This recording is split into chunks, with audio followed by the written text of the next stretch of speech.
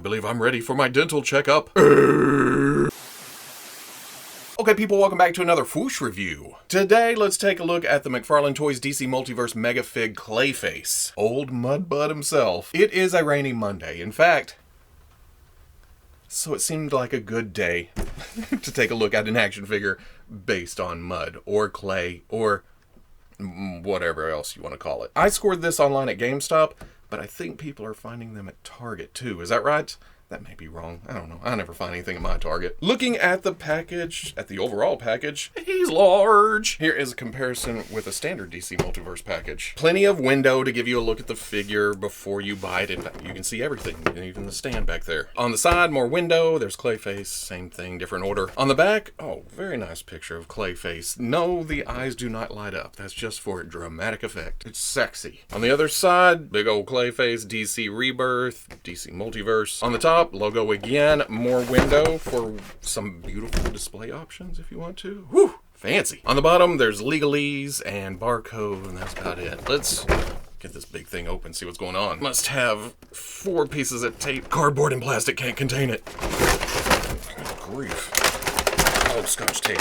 My arch enemy. For the trading card, you get that same picture from the back, looking all beautiful. Other side is real name, bio, gives you some history. Your standard DC Multiverse figure stand with the peg and the DC logo right there. I'm not sure I'm gonna need this though. It's essentially the size of his foot.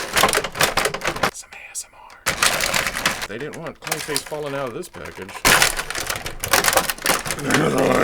There is a peg hole, so if you want to use the stand, even though it seems completely unnecessary, in fact, it makes him more unbalanced. Taking that away? Yeah, this is going to be a little bit difficult to get all in frame at the same time, but oh man, just look at this thing. It's beautiful with all the intricate sculpt work and everything going on with the surface of his muddy skin, but it's also gross at the same time. Like you went out in a cow pasture after a good rain and just scooped your hand through the ground and this is what came out. But I will admit, it makes for an interesting action figure. I'm not sure of the history. Well, I guess I could read the card, huh? See what's going on here. Well, that's just kind of generic. All these faces poking out of here. I don't know if it's addressed in the comic books or if this is a major plot point or something. But to me, there's 2 scenarios in mind. These are people he's absorbed or something that are floating around and kind of digested and now they're poking their way out. Or these are like personas that since he was an actor, you know, that he's taken on in the past or imitated, and then they just kind of flow through the skin like memory. It's not just faces, like right here, there's also this hand with an arm attached and one coming down over the elbow. At first I thought that was just mud gloop, like right here, but then you start seeing little details and it's kind of scary to catch that stuff. Over here, there's a face coming down in the same spot, hiding the elbow, or becoming the elbow, I guess. The mud just flows downward, and I'm not sure. Oh, well, yeah, there's a face right there. There's one on the back right there. But then it finally just oozes down over the ground and that holds them up. And it looks just like a pile of mud. And the asymmetry of it all also adds to that disturbing feel. He's slouched over to this side, the shoulders higher. You see the skulls or faces poking out of the right.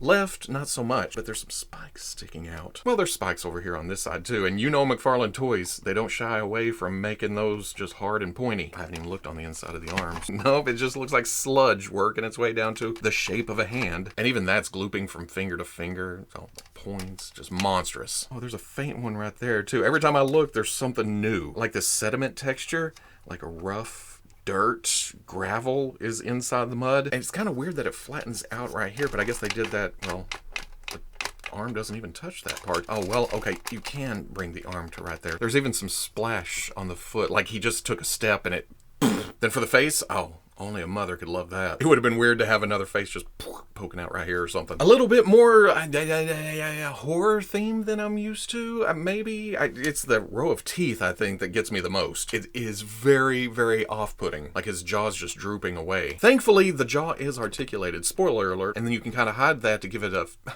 Well, the overall thing is definitely modern skewing, but that feels a little more classic. As far as paint goes, the most prominent are the teeth.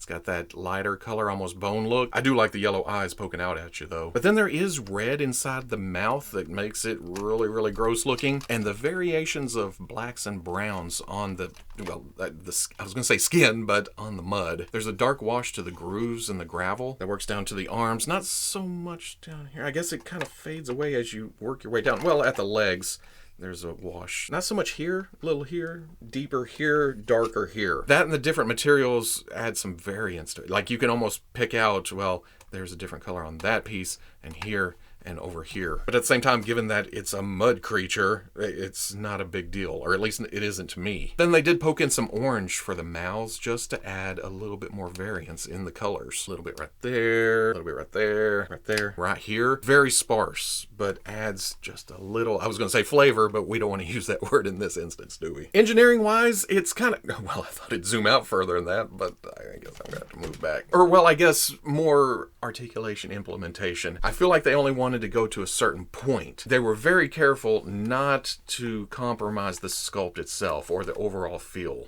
That's about it on the elbows. I thought I was missing something, maybe going back some more, but that's it. They look like they want to go straighter, like it's still bent, and there's gap here, but nope, they stopped it right there. And then bends about right there. I think the left gets a little more. The upper torso is a hard candy shell, which is, hey, it does what it needs to. There's an internal structure and it's a big figure. If this was solid, that would have been, oh man, added so much weight to it. But if you look up inside there, in fact, try to get some light shining, there is a ball joint on a peg coming out to the hinge at the shoulder. So you do get some rotation in there, but it comes off feeling cheap because it's just slamming against here. At first I thought, well, that's just loose as hell. What's going on there? But that is on purpose. And as loose as it feels, it doesn't drop down with the weight of the arm. You can make it go, but it'll hold a pose. Not a hold another figure up in the air pose, but still better than just the arm falling on its own. The torso, and you get squishy plastic, which kind of adds to the grossness factor because it just... That goes for the crotch piece too, to get out of the way of the leg articulation, which is nice. I mean, for a figure this big, look at that. And I'm guessing there is, well, don't have to guess, you can see up in there. There's a ball joint down at the waist, and then another big old honking ball up at the top. You do have to be mindful to not get it too crazy because it'll pop apart. You can see inside. But that does allow for some articulation. Like I said, there is a jaw that opens up really nicely. I think that's a ball joint way in the back, inside this shell.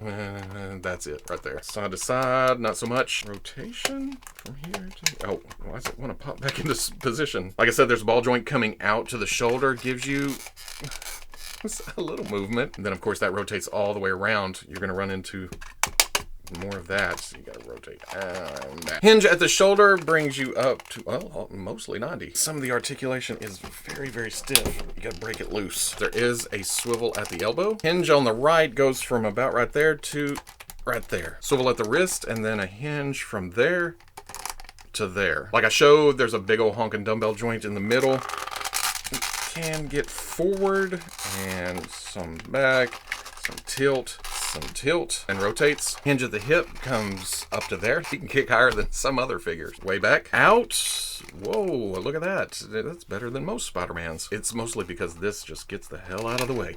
Have a swivel at that same assembly. That is better than most other DC Multiverse figures. Hinge and swivel at the knee gets you to about right there. Rotates. Then at the foot, nothing. There is an awkwardness to get him to standing. There is so much up here, and for some reason the legs are sculpted to go back. It's almost like they want you to bend the knee to get a straight up and down pose. But if you don't want that break right there, he still doesn't have much trouble standing. Okay, he's leaning forward.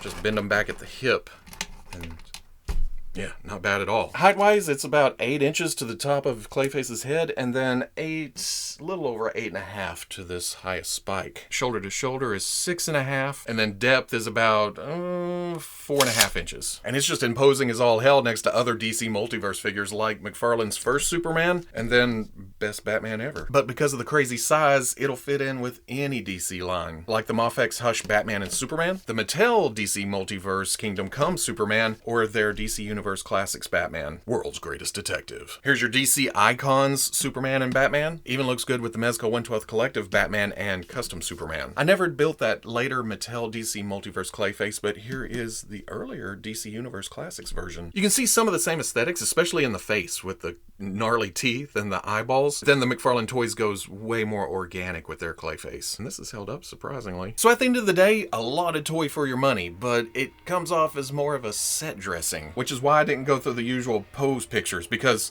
while I did get this one, and that's awesome, him all crooked over, it's mostly variations on this. Get over here, you can get over here, maybe here, here, here. Because while the lower torso is impressive, you can get a lot of movement, and I'm gonna come out and say it, these are the best DC Multiverse hips that McFarlane has produced. And that's mostly because it's just rubber crotch piece and then another rubber piece on top of that. If you get crazy with the articulation like I just did, this crotch piece starts to work its way back and you can see it thinning out. You have to pull and work its way back forward. You gotta work the underwear back out. Basically, a beautiful, beautiful figure, just it's kind of shitty when it comes to dynamic posing. You knew I'd work that in there somewhere, right? For all that movement at the core, the outer parts, you can't get to match. Mostly in the head. Can't get any up and down. The more you crunch him, the more he's just looking at the floor. So, impressive, but it could be more impressive, I feel like. All the basics are there. They just need to be fine-tuned, refined. But it's still going to be my Clayface because of just how it is. So if you enjoyed the review, comment, like, subscribe. Much love to the plus. If you're interested in seeing videos early or in a position to help out the channel, patreon.com. Wherever you may be watching this, always catch you on the Fwoosh. Yeah, I'm usually more articulation over presentation because articulation, you can fake presentation even if it breaks it up in places. And I know there's way better photographers out there that's gonna get some pictures out of it. But again, it's all gonna be working on the theme of stand there, look badass.